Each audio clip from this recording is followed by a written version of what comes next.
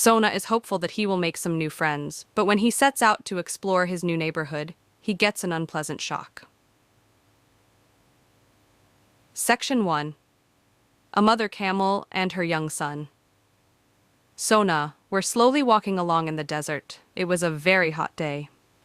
The burning, yellow sand shone in the bright sun. Suddenly Sona stopped and dug his feet into the sand. "I won't go any further," he grumbled. "I am very thirsty. I need water." His mother looked down at him and said, "I know you must be thirsty, my dear, but it won't be for long. Water is near. Look." "And here," complained. She stretched her long neck towards a line of trees some distance away. "You see those trees there? In deserts where there are trees, there is water. There might even be a village. Anyway, there will be other animals, and you can play with them. Come now." "How lovely," said Sona, and began walking fast. Soon they reached the trees. His mother lifted her head and sniffed. "Come this way," she said, turning left. "I smell water quite near." Surrounded by tall trees and thick bushes, they found a pool of clear, cool water. Lowering their heads, they drank deeply. A crow sitting on a tree nearby watched them. "What a lot of water you drink," he burst out, when Sona and his mother finally finished. "You drink more than any other animal I've ever seen, I'm sure," continued the crow, shaking his head from side to side. "You could drink the pool dry." Section 2. "No, we couldn't," laughed the mother camel. "But you are quite right. We camels drink gallons of water at a time." "Why?" asked the crow. One gallon is equal to about 4.5 liters dow sleep for a little while, poschiller strutage. We live mostly in deserts where water is difficult to find. But we don't really mind because we can go without water for days. In our stomachs we have a separate compartment to store water. Besides, when we don't get water, our bodies can produce it. Do you know when we last had a drink of water?" "When?" asked the crow, who found these strange animals very interesting. "5 days ago," replied the mother. "5 days!" exclaimed the crow in amazement. He flew off to tell the other animals. When Sona heard this, he felt proud. "We are very special, aren't we, mother?" he said. "Of course," said his mother. The camels sat down in the shade of the trees. The mother camel soon began to doze. "Go to sleep, Sona," said his mother. "Not yet. I'm going exploring," said Sona, and wandered off. The crow had already spread the news about the camels. The older animals heard what the crow said with little interest, but the younger ones set off at once to see these peculiar animals. They hid behind bushes and rocks so that they could see without being seen. Section 3. They saw Sona wandering about. The talkative heir jumped out of a bush and, seeming on his hind legs, stared at Sona. Suddenly, he bounced out laughing. "Who are you and what are you laughing?" ached Sona angrily. "You." "Ha, harm, ha," laughed the rabbin. "You look so funny. The crow old us. You are wonderful, Animula." "You are not wonderful at all. You are sugly and silly-locking Lonik at those long, long legs, that funny humped back, and that neck, ha, ha, ha." The other animals began to laugh too. The goat, the snake, the deer, the fawn, and others. They surrounded Sona and began making fun of him. "What's your name?" asked the snake. "What's that big hump on your back? Let's call him Humpy Haw, ha, ha." No, said the goat. "We'll call him Flatfoot. Look at those long legs and those funny flat feet." The goat jumped up and down, showing off his lovely slim legs. "What about that silly long neck? Ha, ha, ha." "And have you seen his tail?" cried the fox, pointing to Sona's short little tail. "Look at my beautiful tail," he added, proudly waving his bushy tail. "Don't make fun of him," said the deer, who was kind and gentle. "Look at my tail.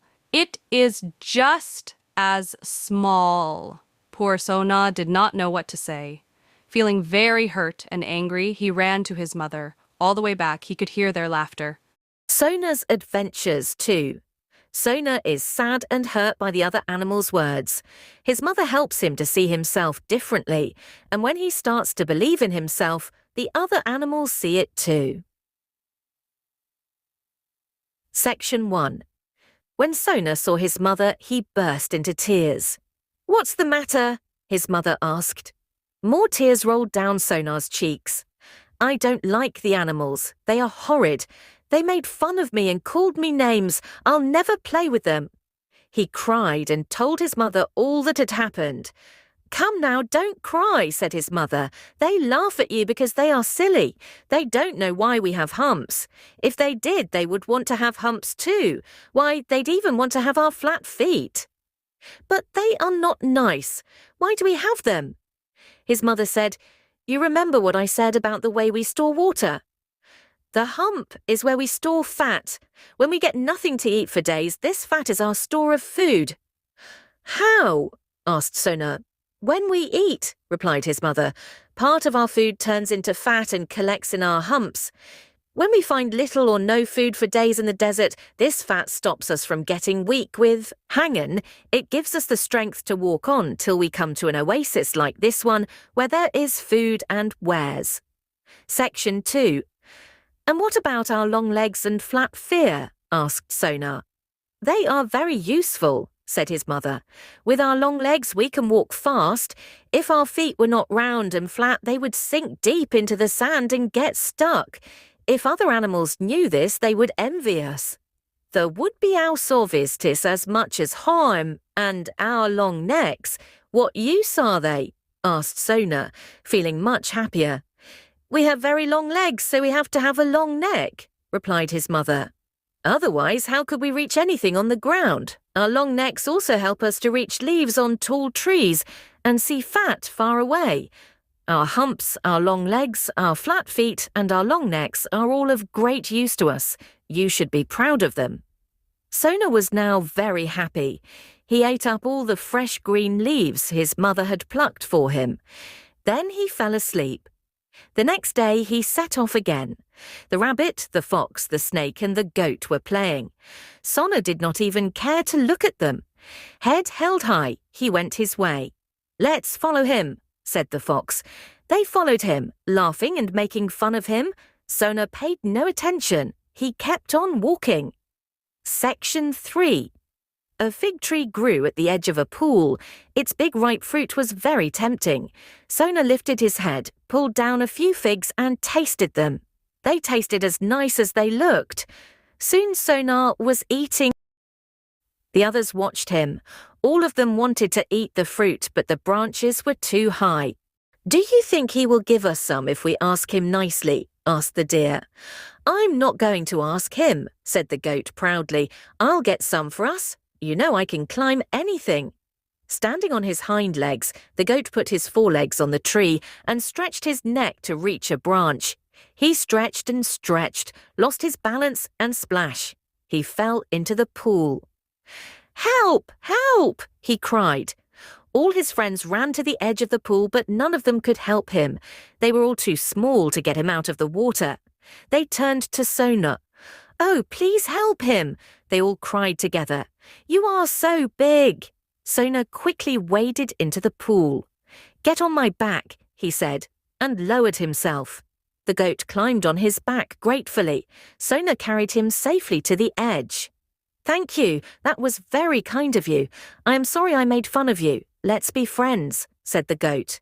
"Come and play with us," said the rabbit, "and give me a ride as you gave the goat." "Come on," said Sona, feeling very happy. And from that day they all became good friends.